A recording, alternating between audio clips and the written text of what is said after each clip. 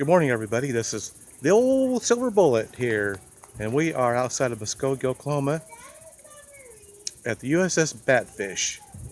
And we're going to be touring the grounds and looking at the submarine. There's actually a submarine here. It's a World War II submarine, and it's called USS Batfish because it was named after the batfish. It was a bottom feeder. Well, the submarine did the same thing. It floated along the bottom of the ocean in between pursuits or whatever the case may be. But this is actually called the Muskogee War Memorial Park. It's got a submarine. We've been here before. It's really very cool. And today they're having reenactors dressed in their World War II uniforms. Navy personnel are going to be on hand, and they're going to actually do demonstrations. They're going to give information about the submarine and the different sections of the submarine as you go along. We've been here, we've done this before a couple of years ago, and it's really pretty cool. So anyway, we're just going to kind of walk around a little bit. There's a gift shop area, there's a museum before you get to the submarine, and there's also an outside area that's got different kinds of artifacts from World War II. So anyway, we're going to get started. So hang on here just a second and we'll get started.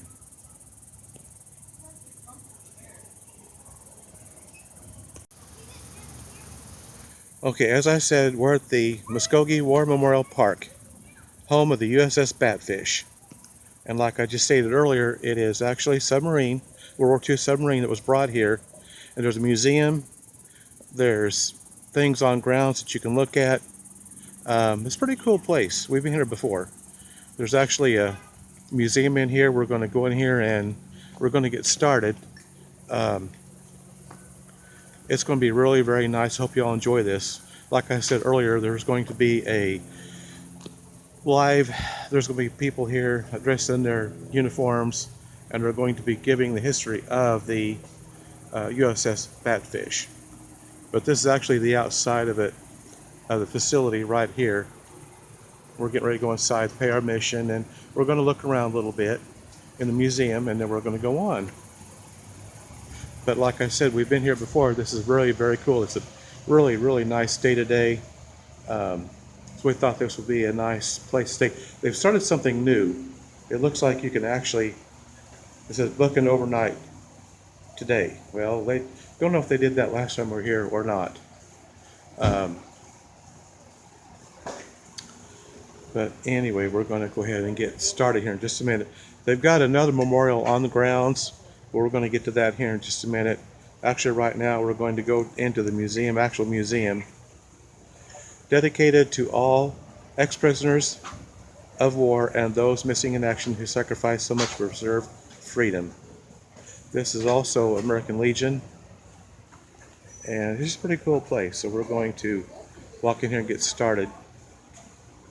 Just going to kind of pan around here a little bit, but we're going to do that a little bit later before I actually get to the actual submarine. Well, bear with us here just a minute. We're going to go on in here. Just a second. Okay, we're actually inside of the museum. It is very, very crowded today. There's a long line of people waiting to go to the first tour. We'll be taking a tour later on, but we're going to walk around the museum first. So, at any rate, I don't even know where to start. Let's go over here and we'll look over here. The Japanese have the mantra ones that go on Navy ships. When this group leaves, it might kind of thin out in here a little bit. I don't know. But anyway, it's very busy today, very crowded today. But they're doing the reenactments today, so and it's Saturday and it's a nice day, and that's all good. Here's some uniforms and things of that nature.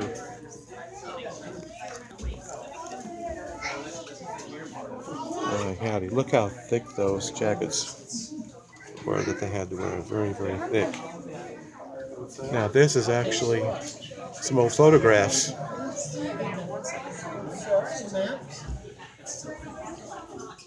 There's actually more than one section to the museum. But at any rate, we're going to walk on around. Mommy, we're ready to go yet? Yeah, there's a picture of a jacket right there, military jacket. Looks like that might be a Marine jacket.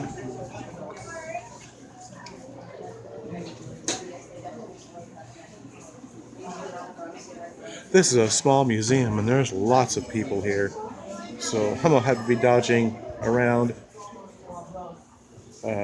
people and that sort of thing.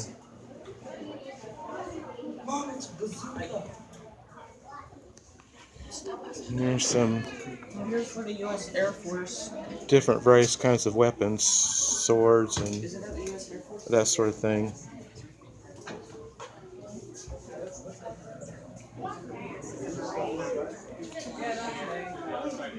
Ammo box, maybe the grenade sitting there, and just different types of weaponry.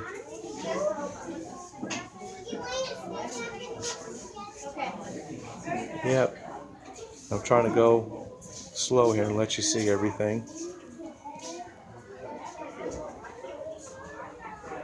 Well, there's a hole in that helmet. That doesn't look good. And here are some dinners that they ate while they're out in the field. There's breakfast, there's dinner, and there's supper. Packaged by the Cracker Jack Company. Oh, wow.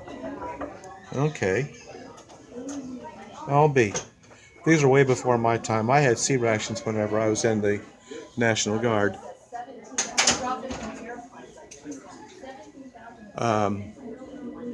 Looks like a flight jacket. Looks like a second lieutenant, maybe.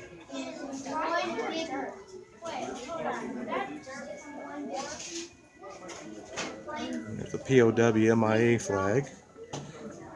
You are not forgotten. That's very, very true.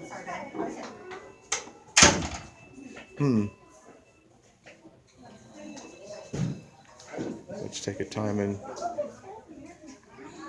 Yep. Like I said, there's a lot here, a lot to look at. Here's another uniform jacket.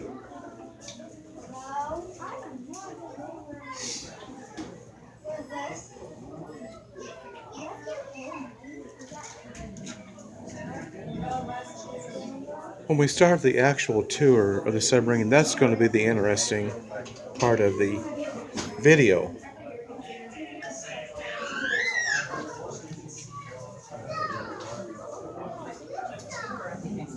I cannot believe how thick those jackets were. There's a Japanese helmet.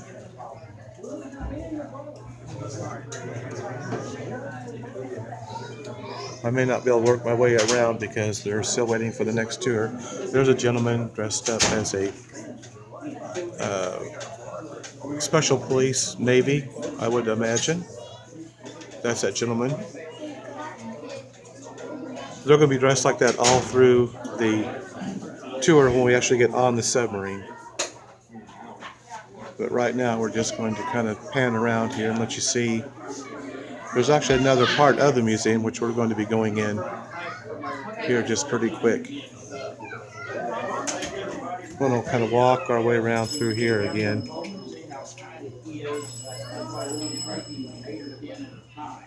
I think we've already seen the jacket. Here's another. That's probably Marines. And there's the belt that they would carry. Like I said, there's that line. It's a huge line. But hopefully we'll be going in that line here. Maybe the next time.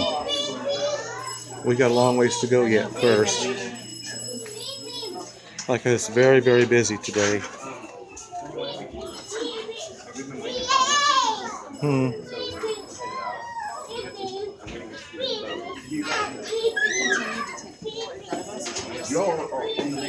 I know, but we did hours. But all these people that came behind us were taking in front of us. We've got little kids, hungry. You're going right now. How long is it going to take total? 15, 20 minutes.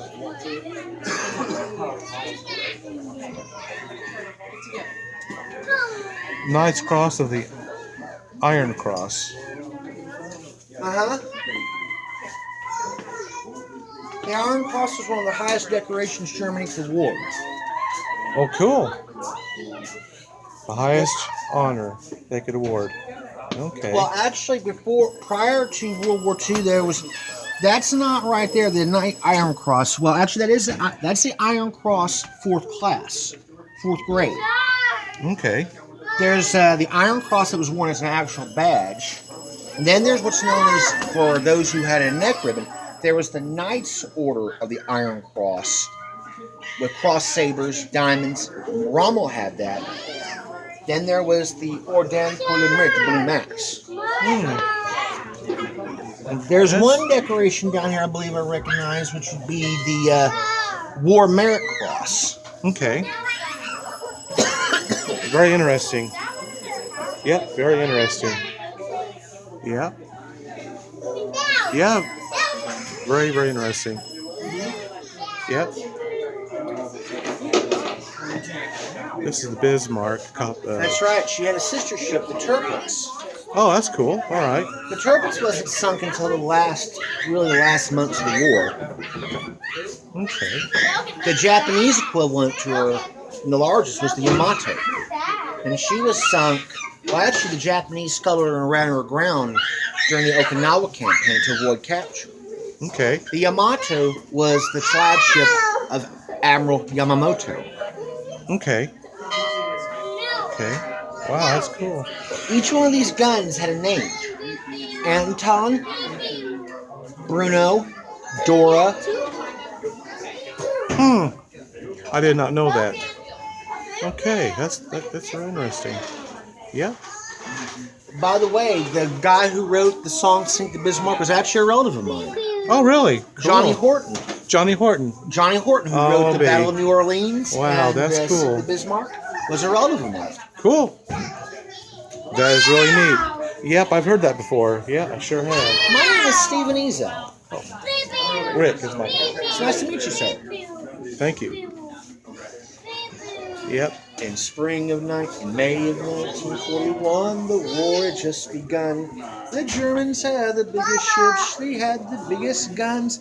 The Bismarck was the fastest ship that ever sailed the sea. With guns as big as steers and shells as big as trees. They're like doctors, they're like field doctors. Okay, we're going to continue on. I carried a radio similar to that That's what I was. whenever I was in. Those are very heavy. I have a buddy of mine that's a corpsman in the Navy. He was like a corpsman. He was Yeah, there's a. Say I'm in. It always say Pretty medic cool. up, medic up, and believe it or not, you can take out a unit's leader and it's still be effective. If you take out a unit's Oh, look at here. There's a radio operator. Navy teletypewriter. Uh-huh. That's what that is. There we go. Okay. Wow, look at that. And here's another radio telegraph transmitting equipment. Wow, this thing is really big too. Look at that. I think Anna's old class. Wow. Oh, what's your name? Gonna be my young friend. She's like something in and she'll tell This must have been some sort of a I ringer. I see that you're going ahead of the head because of your civilian There's another Navy uniform. I'll take it.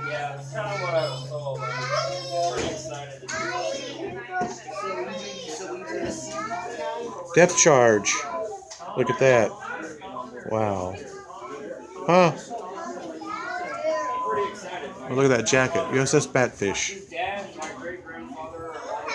That's really cool.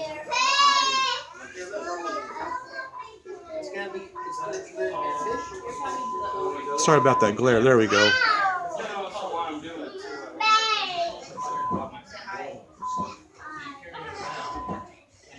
These are some of the men that were actually on the Batfish. The skipper, second Batfish skipper, and then third Batfish skipper. Okay. All right. Here's some more pictures.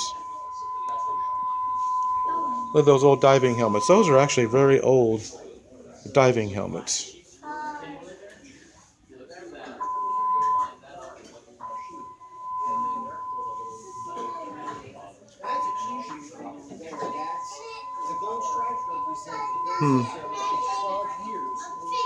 Honorable discharge emblem. Huh. Okay. And here's some USS Batfish, 681.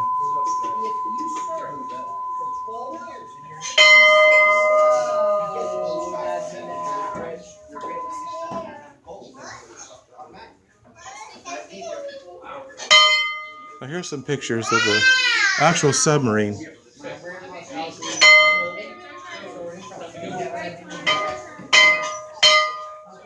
Oh, that bell is very loud. Very, very loud.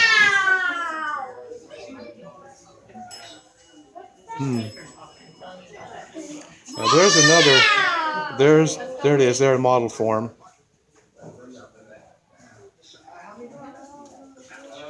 This was a signal device. They use a signal, send messages.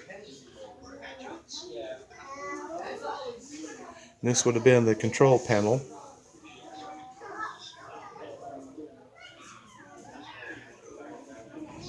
That's how they would send different kinds of messages.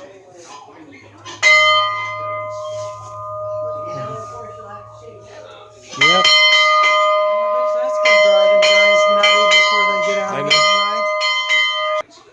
Okay, sorry about all that bell ringing. They got a bell in here, and of course the kids all got to check it out and ring it about a gazillion times. But that's all right. Like I say, it is very, very, very busy today. I knew it would be though, but we're going to go outside here a little bit and look around outside. There's some more equipment and weapons and that sort of thing.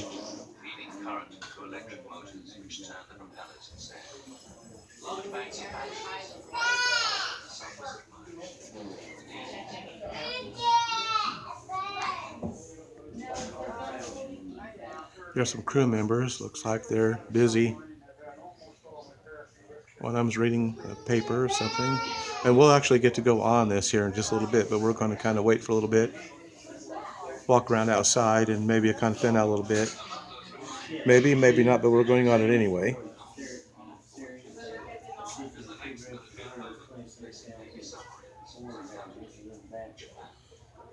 And here's an old American flag, and a crewman reads mail after the boats returned from War Patrol, May 1945. Wow.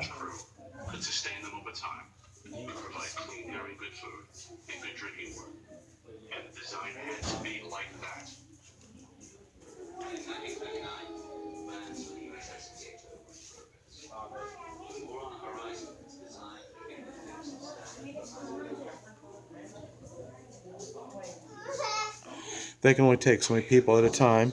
If you've ever been inside of a sub, there's not much room to walk around in. Now we're just going to kind of walk around here a little bit and just kind of give you a general idea of this part of the museum.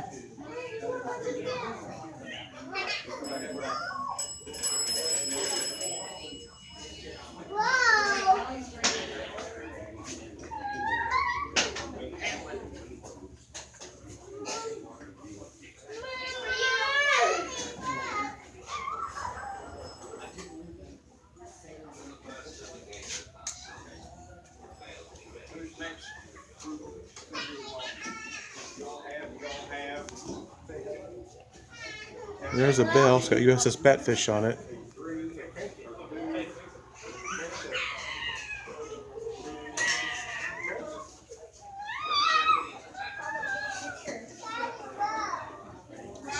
And there's some binoculars.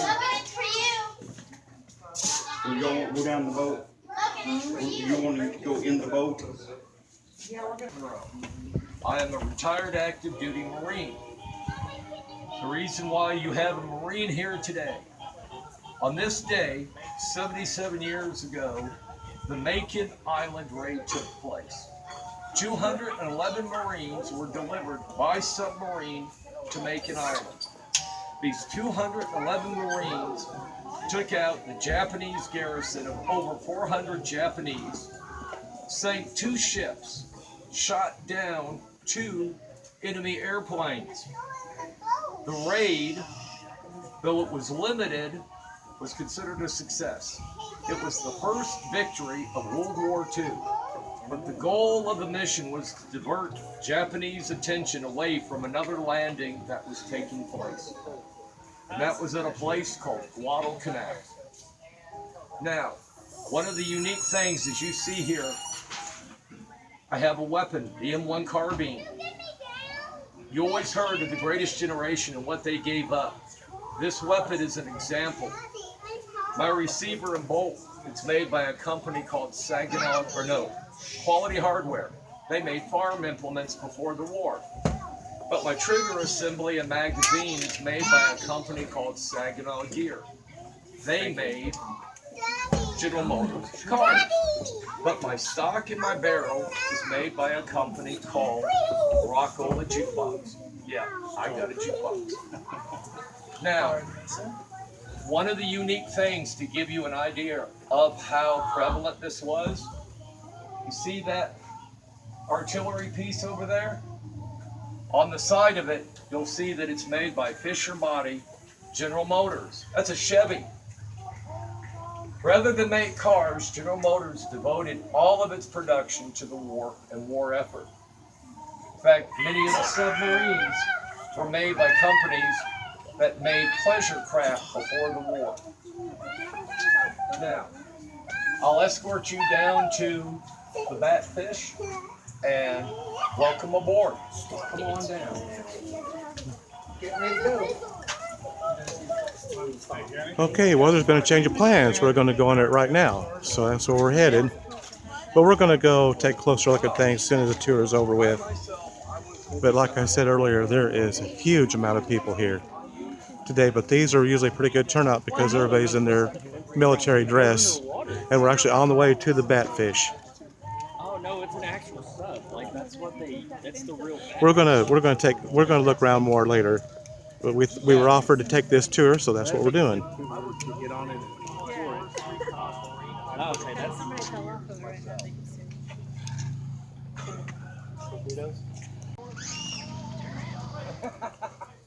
Well, come on down. Just went down. Okay, well, slow talk about tell them about the battle flags, what they represent. After this, keep them for a little longer. We'll I need try. breaks. Okay. No breaks. Once you guys get on here, watch your step. There's things that stick out of the ground. Trust me, last night I hit my toe and my toe sore. Right there in his pocket.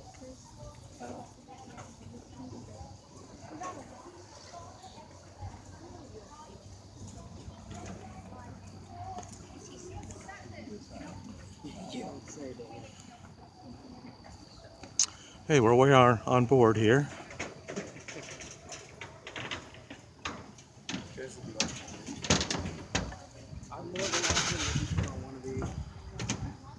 There's a lot more to see on grounds, but we'll do that here momentarily. And there it is up ahead. whenever a submarine is submerged, it doesn't come up for a while. Let's go over here, honey. Let's go over here on this side.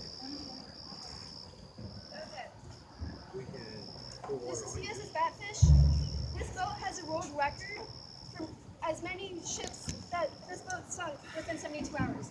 It sunk 3 ships in 72 hours. This boat, this deck is all brand new. So, fun fact. But let's go ahead and keep walking. As I said, watch your step. Part of the USS There's things that stick out.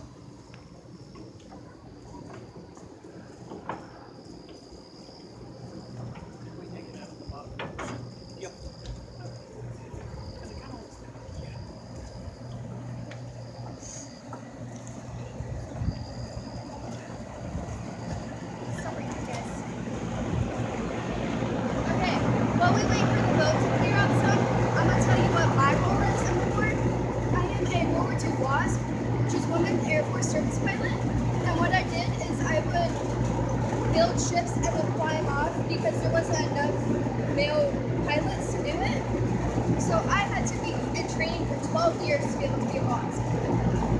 So with that, you would be able to do tricks, which is cool, right? You would be able to fly, of course. And you can also be a higher role than most guys, which I find pretty cool. And then come back down.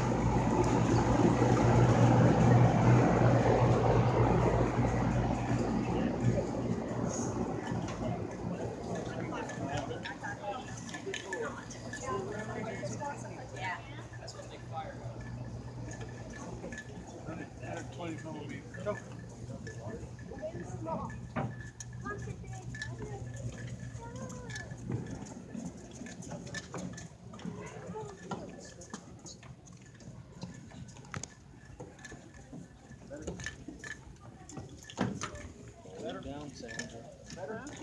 Down.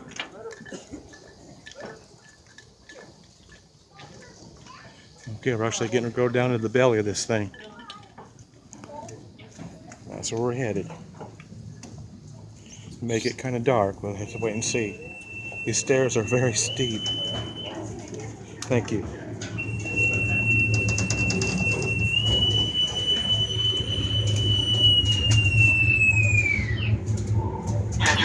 Attention all hands. Keep it 3 minutes per rotation. Say again, 3 minutes per rotation. That's all. Watch your step coming down.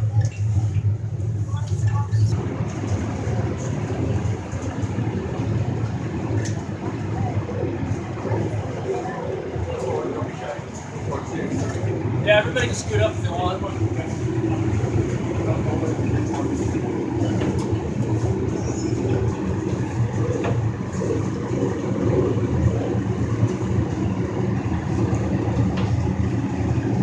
Everybody get in here.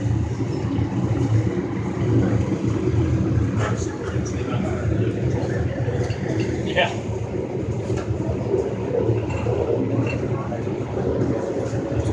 Carlos, how are we looking over there? Alright, so this room right here is the forward torpedo room. It's the business end of the submarine. Whenever we leave port, we have all 6 of these tubes already filled up with a torpedo, and have 12 additional torpedoes in this room alone, along with anywhere from 12 to 16 men in this room alone. So this room would be crammed. That sound that you're hearing, that's what it would have sounded like whenever we're on the surface going. This torpedo right here is the Mark 16 torpedo. Started those in 1918.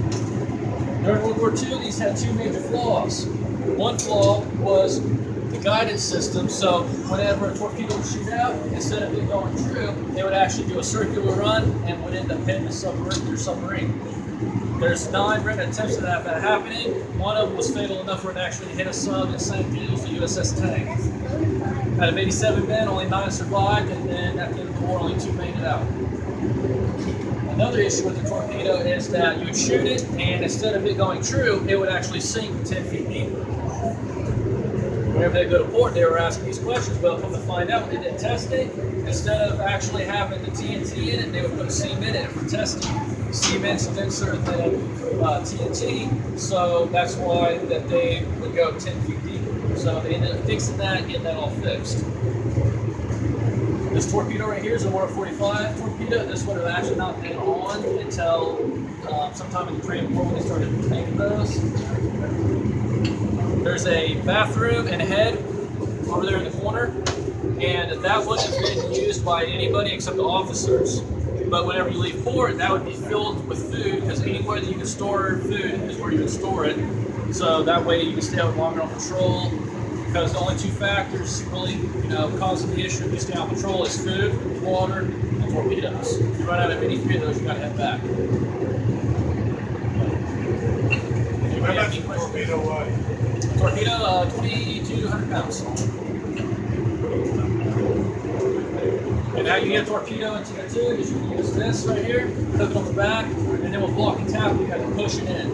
So these slugs right here actually slid over. And a seasoned crew can do it in probably about 5 minutes. A green crew, it can take them 10. So that's why you would have to do maintenance and do practice while you're on patrol. Any other questions? Are those lockers for the servicemen, or is that where you guys kept them? We keep stuff in there, but that's also where we would store our clothes, because you were only able to bring 1 extra pair of clothing on. So if you're out for 5 months, you have 2 pairs of clothes. That sucks. Yeah. So the torpedoes are shot out with pneumatic, with air, compressed air. Is that how they go out? What you do is you store the torpedo in there, lock it, and then you go ahead and fill it with water. And then whenever the compressed air would shoot the torpedo out, once it gets so far, the motor, depending on if it's peroxide or if it's a battery operated, after it gets so far, it hits the switch and it starts going on its own.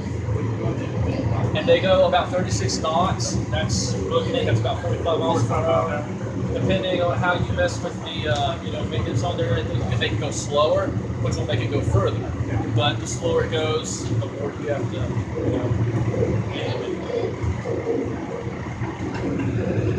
All right, if you go ahead and head back, just watch for that beam right down there on the floor, and you'll be heading over to officers' country.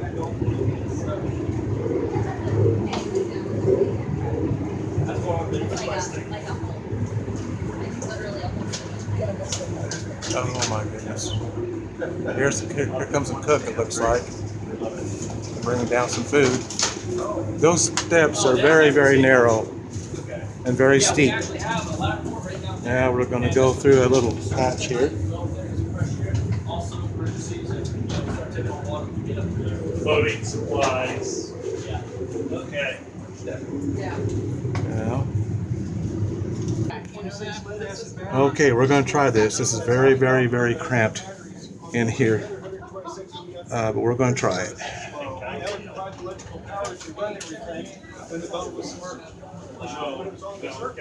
Look at those plates and the coffee percolator and all of that.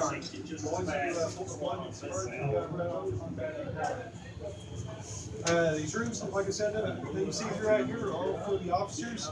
That room there is a junior officers' quarters. There actually would have been 3 bunks in there, and we're missing the top bunk. But keep in mind, there wouldn't be 3 officers in there at the same time.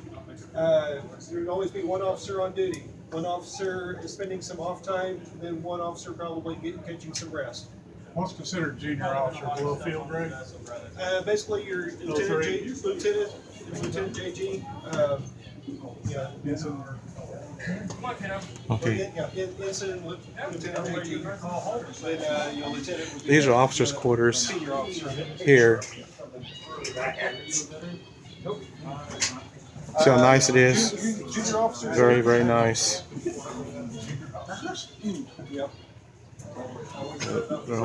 Fan or fruit back behind there and that sort of thing. But this was the junior officers. Look at those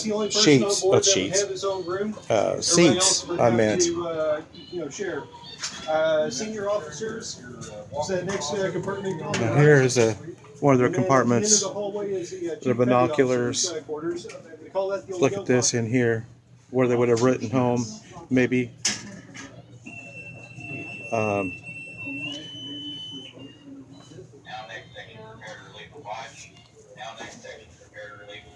Wash basin, flashlights, really, their bed, the lower bed. Yeah. Okay. Here's another quarters. There again, these are officers. For officers. It is so compact. Hello, sir. More officers' quarters. Officers' quarters. Mm-hmm. Yes, sir. Now, see, so what rank would you have been? Lieutenant JG. Lieutenant JG. What would that have been equivalent to in the Army? That actually is a captain. A captain. Thank you. Is that right? Let's see. An ensign would be a second Louis. No, Lieutenant JG would be a first lieutenant. First lieutenant. Yeah. Okay. Captain in the Army would be the equivalent of a Colonel, right? A full bird colonel. Lieutenant. No, lieutenant. Okay. Lieutenant in the Navy and a captain in the Army. Okay. I knew it was something like that. Good morning. Hello. How you doing? Doing great. Doing great. All right. But the Golden Goat's locker, the Chiefs would have stayed in here, and you would have your medical in here as well. Yeah, I saw that. There'd be a lot of people sharing. Wow. Not very often. I'm set up right now. I'm basically getting an inventory of what's being brought on the boat. Well, they didn't have Which doesn't represent trying to see what we have and don't have. Okay. Of course, I was telling Skipper I'm pretty hacked off that I don't have penicillin yet. But you know, the Navy's always short enough of something. You're awesome. This is really cool. I'll Yeah. have to go up to the Marine and find out where they got their stash and take it. Mm-hmm.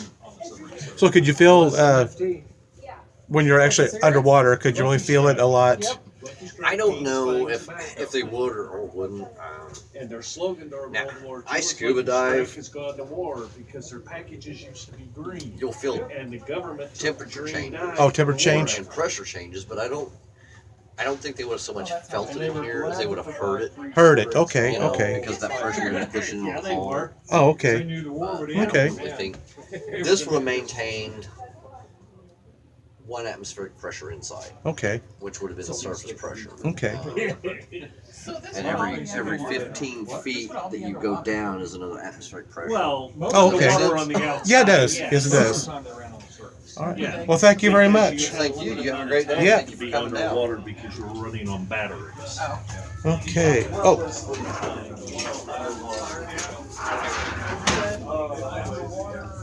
Okay. And now we're in another section here. All kind of gauges and. Actually, the skipper here, works for the museum down at Fort Sill. Oh, yeah? Yeah, so he's gonna be moving to Fort Lee. So. Oh, really? Yeah. Artillery's off. Y'all have any? You can feel free to look upstairs if you want. Okay. So trying to. Y'all can come on in and around the corner or squeeze in. And, Now this would have been where they actually all the mechanisms of the right. Well, ship. yeah. All the stuff to make the boat go up and down in the water. You know, those are the dive planes behind all the air. You know, they guided the angle of attack of the boat. All the navigation would happen in this room. This is the secondary helm here, and then you know the pinging devices and all this is all above here. Okay. And upstairs here is the conning tower. That's the combat operations room. That's that's where the periscopes are, the torpedo firing switches. The main helm is upstairs. You know, all the cool stuff, John Wayne stuff. All the John Wayne stuff's up there. We may have to go there and take a look. But you certainly can. Okay. You just stick your head up. There's a. This right here is when the lights are all green. That means all the hatches are closed. In fact, actually, operations can proceed to dive. This is what opens up the valves to allow water to come into the ballast tanks. Okay. And then, you know, you can all the trim tabs are over there behind. What's the goal there for? To kind of balance it out once you get down there. Yes. Alrighty. Welcome to the control room. So this is the control room. We're going to walk on around here. This is just very. So this is the part that you walk around upstairs. The part that sticks out above the water. Periscope above the conning tower and the combat operation.